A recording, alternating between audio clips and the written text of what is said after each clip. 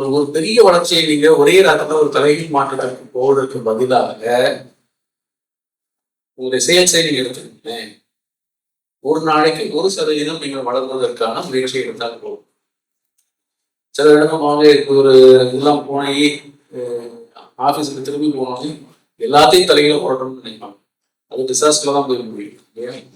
ஆனால் சின்ன சின்ன மாற்றங்களை நாம் செய்யும் பொழுது ஒரு சேல்ஸ்ல டெய்லி நீங்க 1% மட்டும் உயர்த்தும் பொழுது இன்றைக்கு 1000 ரூபாய், நாளைக்கு 1001 ரூபாய், அதுக்கு அடுத்த நாள் 1001 ரூபாய் 10 காசு, இப்படி நீங்க காம்பவுண்டிங்ல நீங்க அதை வளர்த்துக்கிட்டு வரும் பொழுது ஒரு ஆண்டு முடியும் பொழுது அந்த பிசினஸ் எத்தனை மடங்கு வளர்ந்துருக்கும்? 37.78 டைம்ஸ். பர்சன்டேஜ் இல்லைங்க, டைம்ஸ்.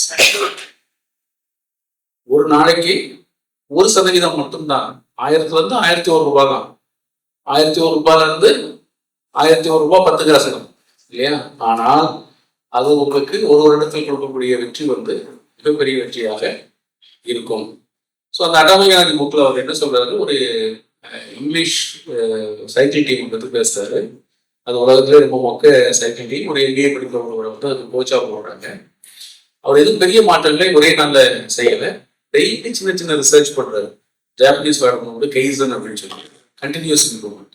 அந்த கண்டினியூஸ் இம்ப்ரூவ்மெண்ட்ல என்ன அப்படின்னா, இந்த ஸ்போர்ட்ஸ்ல என்னெல்லாம் மாடல் நீங்க மாத்திட்டீங்கன்னா இந்த சைக்கிள் நல்லா இருக்கும், பெடல்ல என்ன மாற்றம் பண்ணலாம், ஹேண்டில் பார்ல என்ன மாற்றம் பண்ணலாம், சீட்ல என்ன பண்ணலாம்னு சொல்லி டெய்லி இனோவேட் பண்றாரு.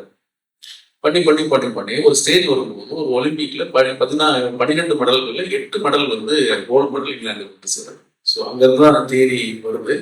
ஸோ இந்த 1% இம்ப்ரூவ்மெண்ட் அப்படிங்கிறது நான் ஊட்டிக்கு சொல்லும்போது நிறைய பேருக்கு அது பிடிச்சிருந்தது, இங்கேயும் பிடிக்கும் அப்படின்னு நினைக்கிறேன். சரியா?